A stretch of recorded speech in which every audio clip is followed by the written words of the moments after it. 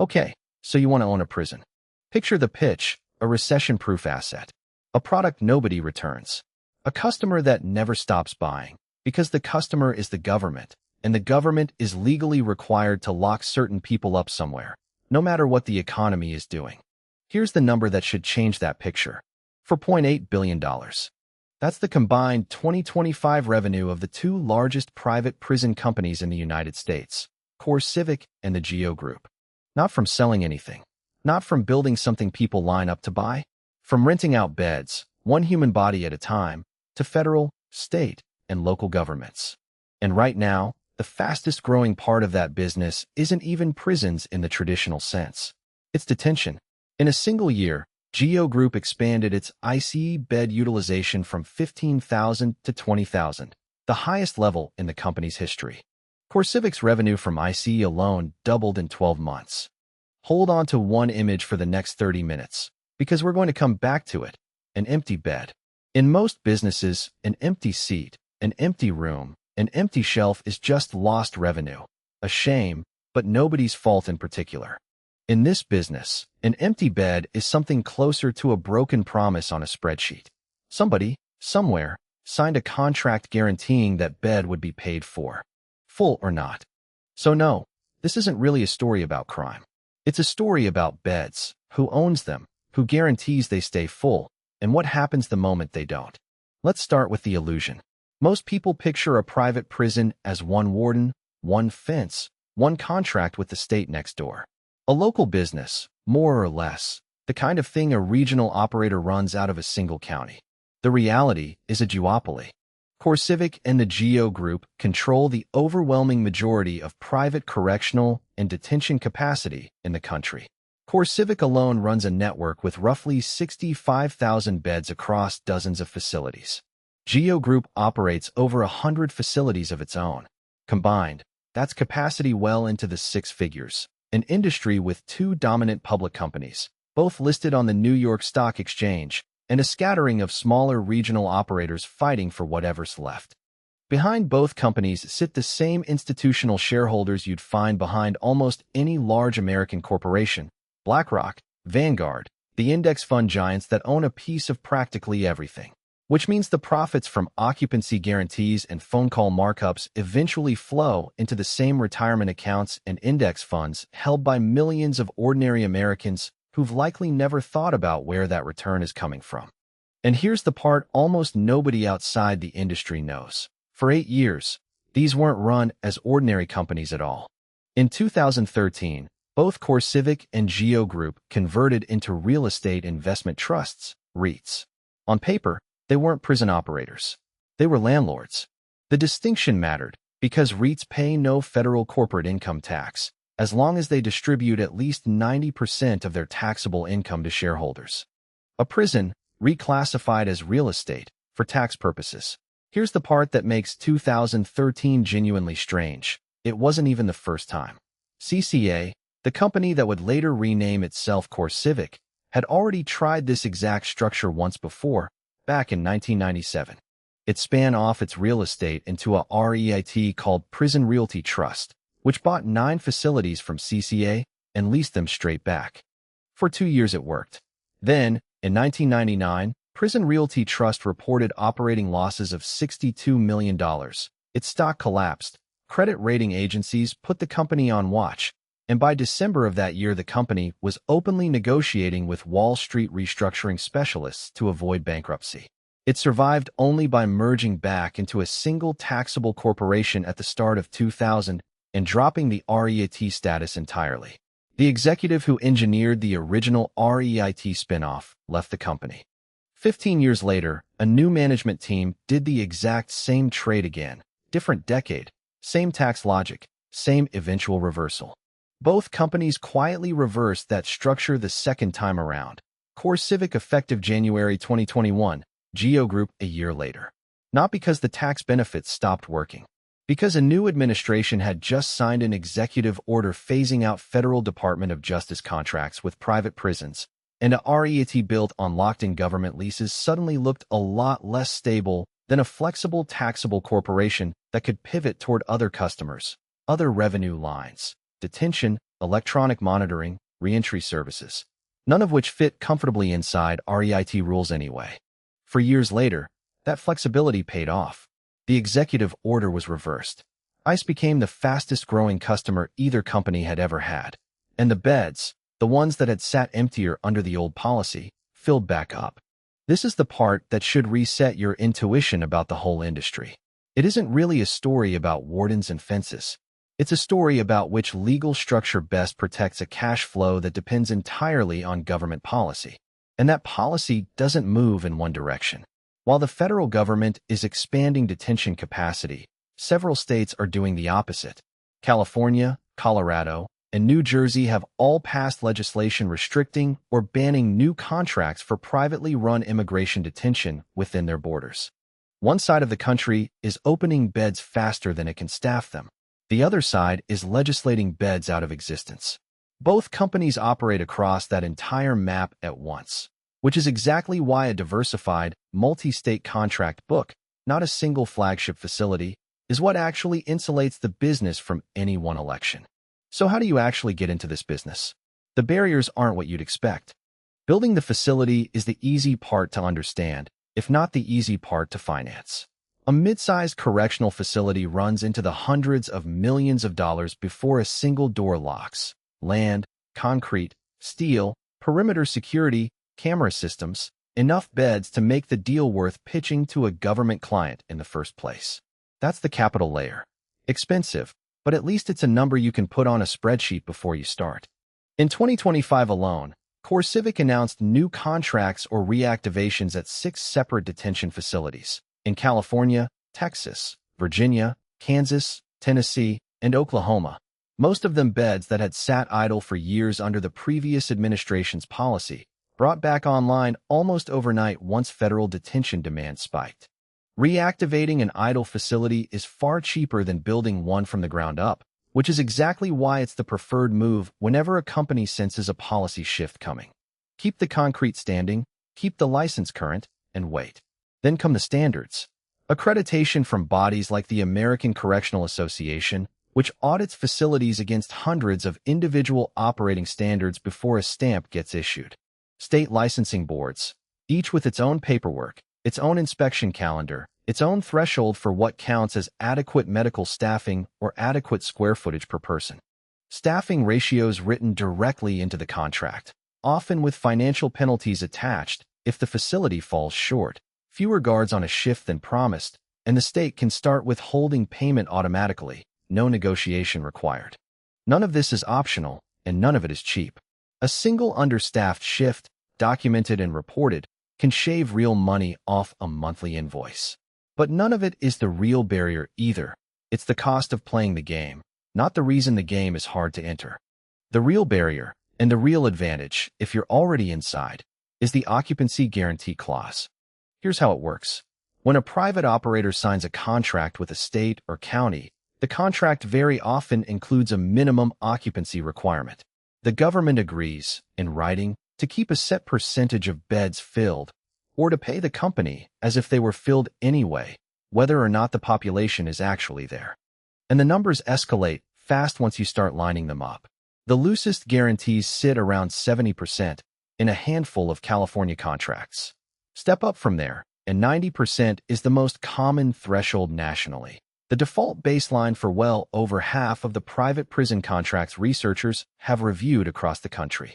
Keep climbing, and Louisiana and Virginia push past that into the mid-90s. Keep climbing further, and in Arizona, 3 separate facilities operate under contracts that guarantee 100% occupancy. Every single bed, every single day, paid for, whether or not anyone is in it. One Florida contract puts a real number on what that middle tier actually means in practice. Bay Correctional Facility guarantees 90% occupancy, 887 inmates, regardless of how many people are actually incarcerated there on a given day. The state pays the company just over $43,000 a day to satisfy that guarantee.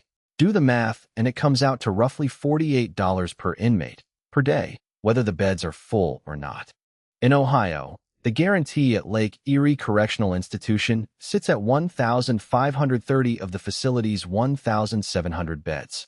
In Colorado, even as crime dropped by roughly a third over a decade. The trend line every corrections policy is supposedly trying to produce. Occupancy requirements attached to 3 for-profit prisons still force the state to pay an additional $2 million to cover beds that nobody was in. Researchers who track this call it, bluntly, a low-crime tax. The state gets punished, financially, for succeeding. And when a state tries to fall short of the guarantee on purpose, because crime actually went down, the company can, and does, sue. In Arizona, the operator running the Marana Community Correctional Treatment Facility once sought $10 million in damages from the state after the prisoner population failed to reach the 97% occupancy their contract required. The state ultimately renegotiated rather than pay the full claim, but only after officials estimated that fighting it out could have cost taxpayers as much as $16 million in back payments. Read that again. A government facing a lawsuit, not for having too many prisoners, but for not having enough. That's the entry barrier that actually matters here. It's not the concrete, and it's not the accreditation binder. It's the paperwork that quietly converts a falling crime rate into a broken promise on a balance sheet, and converts an empty bed from good news into a liability someone has to cover. Once the facility is built and the contract is signed, where does the money actually come from? All of it, not just the part everyone assumes is the whole business. The base layer is the per diem rate, a daily fee the government pays per inmate, negotiated facility by facility, customer by customer. Federal contracts, through ICE, the U.S. Marshals Service, and until 2021, the Federal Bureau of Prisons, made up 51% of CoreCivic's total revenue in 2024. State contracts made up another 40%, with Tennessee, the company's home state, as its single largest state customer. At GEO Group, federal sources, the Bureau of Prisons, ICE, and the Marshals Service combined, accounted for 62% of 2024 revenue. Both companies, in other words, still lean heavily on state and local governments to fill out the rest. That's layer one. And here's the thing about layer one. It's the layer that shows up in every earnings call, every press release, every SEC filing summary. It's the layer everyone assumes is the whole business. It isn't. Layer 2 comes from a structural fact that has nothing to do with crime policy at all. The population inside the walls has almost no purchasing power and no ability to shop around, which turns every basic need into a captive monopoly. Phone calls used to be the clearest example. Before regulation caught up, a 15-minute call from prison could cost $17. Not because the call itself was expensive to route. A call like that, outside prison walls, costs pennies. Because the facility and the phone contractor split something called a site commission, a kickback, historically running between 65 and 87% of call revenue in some states, paid back to the facility for awarding the contract in the first place. The Federal Communications Commission tried to close that loophole. In August 2024, it capped rates at 6 cents a minute in prisons and 12 cents in jails, capped video call rates too, and banned the kickback structure outright. Then, in October 2025, under sustained pressure from the telecom providers, Securus and Global Tellink chief among them, the FCC reversed course and voted to raise the caps back up to between 10 and 18 cents a minute. Families paying for calls absorbed the difference. The contractors kept a revenue stream that regulators had specifically tried to eliminate. Commissary works on the same logic. Inmates can't leave to buy toothpaste, instant noodles, or deodorant at a competitive price down the street. Whatever the contracted vendor charges is the only price on the shelf, and documented commissary markups in prison systems have run well above standard retail pricing, sometimes described by advocacy researchers as functioning less like a store and more like a toll booth with a captive customer base that has no exit. Look at a single quarter, and the pattern is easy to see. In the second quarter of 2025, CoreCivic reported total revenue of $538.2 million, a 9.8% jump from the same quarter the year before. GEO Group reported $636.2 million for the same quarter, up 5%. Neither company was selling more prisons. They were filling more beds in facilities that in some cases had already been built and paid for years earlier. Pure margin, once the fixed costs of the building were already sunk. None of this comes free of risk on the balance sheet, either. GEO Group has been carrying roughly $1.65 billion in total debt, even as its revenue climbs. A reminder that the guaranteed cash flow from occupancy contracts is also what makes it possible to borrow this aggressively in the first place. Lenders like predictable government revenue. It's the one kind of collateral that doesn't depreciate the way a building does. And this is where the fourth layer comes in, the one that's growing faster than any of the others. Federal immigration detention. Between the fourth quarter of 2024 and the fourth quarter of 2025, CoreCivic's revenue from IC alone more than doubled, from about $120 million to about $245 million in 3 months' worth of business. GEO Group's total 2025 revenue crossed $2.6 billion, an 8% jump over the prior year, with net income up nearly 18%, and executives publicly forecasting roughly $3 billion in revenue for 2026. So picture the 4 layers stacked on top of each other, all running at once, on the same population. The per diem, guaranteed by contract regardless of who's actually inside.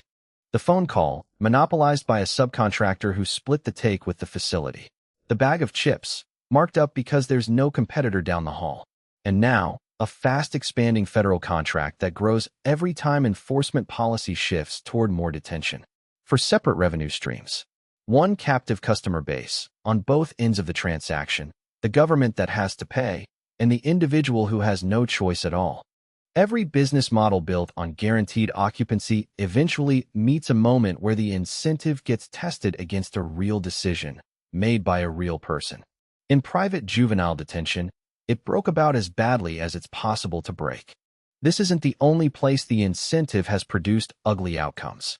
Adult immigration detention facilities run by both major operators have faced repeated lawsuits over conditions, overcrowding, inadequate medical care, and in cases filed as recently as late 2025, allegations of insect infestations and sewage failures at a California facility and denial of medical care at a Louisiana one. Those are ongoing legal disputes, not settled fact, but they follow the same underlying shape every time. A facility under contractual pressure to keep beds full, with comparatively little contractual pressure attached to what happens inside them. The clearest, most fully documented version of that failure, though, happened not with adults, but with children, and not inside a facility, but inside a courtroom. Luzerne County, Pennsylvania. 2 judges, Mark Ciavarella, who presided over juvenile court, and Michael Conahan, the county's president judge, nicknamed the boss for the way he ran things from the top. In the early 2000s, Conahan shut down the county's own publicly run juvenile detention center. In its place, the county began sending kids to 2 newly built, privately owned facilities, PA Childcare and Western PA Childcare, that needed to fill beds quickly to make their construction financing pencil out. Ciavarella supplied the beds. He ran what he publicly called a zero-tolerance courtroom, sentencing children to detention for offenses that, in most jurisdictions, would have ended with a warning or a phone call home. A fake MySpace page mocking an assistant principal. A schoolyard shoving match between classmates. More than half the kids who appeared in his courtroom had no lawyers standing next to them because Ciavarella routinely failed to inform them, and their parents, of their right to one. From 2003 to 2008, more than 6,000 cases moved through that courtroom. Over 2,500 children were sentenced to detention. And the 2 judges were being paid, personally, to keep it that way. Nearly $2.8 million in kickbacks, funneled through the builder and co-owner of the facilities, disguised along the way as consulting fees and real estate finders payments. It's worth pausing on the mechanism here, because it's the occupancy guarantee taken to its most extreme, most human form. In an ordinary private prison contract, the pressure to keep beds full lands on a state budget office, an anonymous line item, a negotiation between lawyers. In Luzerne County, it landed directly on the one person deciding, case by case, whether a 14-year-old went home that afternoon or went into a locked facility, because that same person was being paid, personally, in proportion to how many beds got filled. The scheme first drew attention not from prosecutors, but from a nonprofit legal aid group, the Juvenile Law Center, which started noticing an unusual pattern of harsh sentences and filed a petition with the Pennsylvania Supreme Court in 2008. That first petition was denied. It took a federal investigation and the discovery of the kickback payments before the state's highest court acted. The scheme collapsed publicly in January 2009 when federal prosecutors charged both judges with racketeering, bribery, fraud, and tax evasion. Ciavarella was convicted at trial and sentenced to 28 years. Conahan pleaded guilty to racketeering conspiracy and received 17.5 years. But the story didn't end with the criminal sentences. In 2022, more than a decade after the scandal broke, a federal judge ordered the two men to pay their victims over $200 million, $106 million in compensatory damages, $100 million in punitive damages, awarded to nearly 300 people whose adolescence had effectively been converted into an occupancy statistic on somebody else's balance sheet. Some of those plaintiffs will likely never collect a dollar of it. Several had already died by the time the judgment came down, from suicide or overdose. Casualties, the presiding judge wrote, of a system built to keep beds full rather than to keep kids out of them. So who actually wins, once you strip away the headlines and the courtroom drama?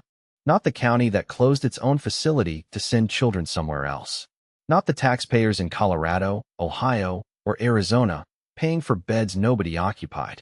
And, on any honest accounting, not the incarcerated population paying $15 or $17 for a phone call that costs a fraction of a cent to route.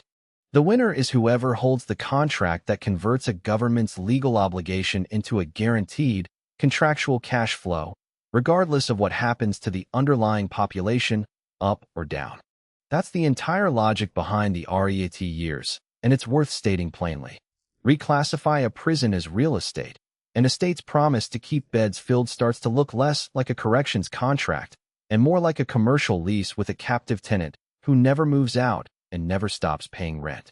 The company converted back to a standard, taxable corporation the moment policy risk made that lease look shaky, and then, for years later, watched a new administration's enforcement priorities refill the beds anyway, without needing to change its structure back. While a county government absorbs the political cost of overcrowding, understaffing, or a scandal that makes national news, the company holding the paper collects its per diem either way. Occupancy guarantee, if the beds are empty. Full per diem revenue, if they're not. Telecom and commissary margin, regardless of which way the occupancy number moves. The asset-light winner here isn't really asset-light at all. It's obligation-heavy, just on the other side of the table. The government carries the population risk, the political risk, the scandal risk. The company carries the contract, and the contract is written to survive almost anything except the customer disappearing entirely. Run the numbers forward, and the pattern holds. In 2021, with the federal private prison EO in place and ICE contracts curtailed, CoreCivic and GEO Group both posted their weakest years in over a decade. By 2025, with that same order reversed and detention demand surging, combined revenue hit $4.8 billion, the figure we opened with. Same two companies. Same underlying facilities, many of them the exact same buildings, some sitting empty for years in between. The only thing that actually changed, both times, was which government agency was legally required to fill the beds. That's not a hypothetical. Around 2019, several major banks, JP Morgan and Wells Fargo among them, announced they would stop financing private prison operators after years of public pressure over detention conditions. For a moment, the capital markets looked like the one force that could actually shrink the industry from the outside without waiting on any single election. It didn't work out that way. Both companies simply leaned harder on the customer that never left. Government contracts and government-backed revenue don't require a bank's blessing to keep flowing. And on the political side, the two companies together donated roughly $500,000 to sitting Republican members of Congress between 2021 and 2025, against about $57,000 to Democrats. A lopsided bet, but a bet spread across both parties, on the same principle that runs through every layer of this business. Cover the exposure. Whichever way the policy wind blows next. Here's the thing about a business built on occupancy guarantees. It doesn't actually need crime to go up. It just needs a contract that treats an empty bed as a debt someone else has to pay. That's a strange kind of business to be in the business of. Not manufacturing, not retail, not even real estate in the ordinary sense of the word. A wager, dressed up in a government contract, that the number of people locked up tomorrow will be at least as high as it was today. The same empty bed we started with 30 minutes ago, only now it's not an abstraction. It's a specific number on a specific invoice, sent to a specific taxpayer, whether or not there was ever anyone in it. Every layer we walked through tonight, the per diem, the occupancy floor, the $15 phone call, the reactivated facility waiting for the next policy shift, runs on the same quiet assumption that the number of people behind a fence is not a problem to be solved. It's a baseline to be protected. Two companies, one duopoly, for $1.8 billion a year, built almost entirely on making sure that baseline never drops for long. So here are two questions, and they don't have the same answer. If a facility only turns a profit when the beds stay full, whose job, exactly, is it to make sure they eventually don't? And if a company would rather sue a state for having too few prisoners than celebrate a falling crime rate, what, precisely, are the rest of us agreeing to keep funding?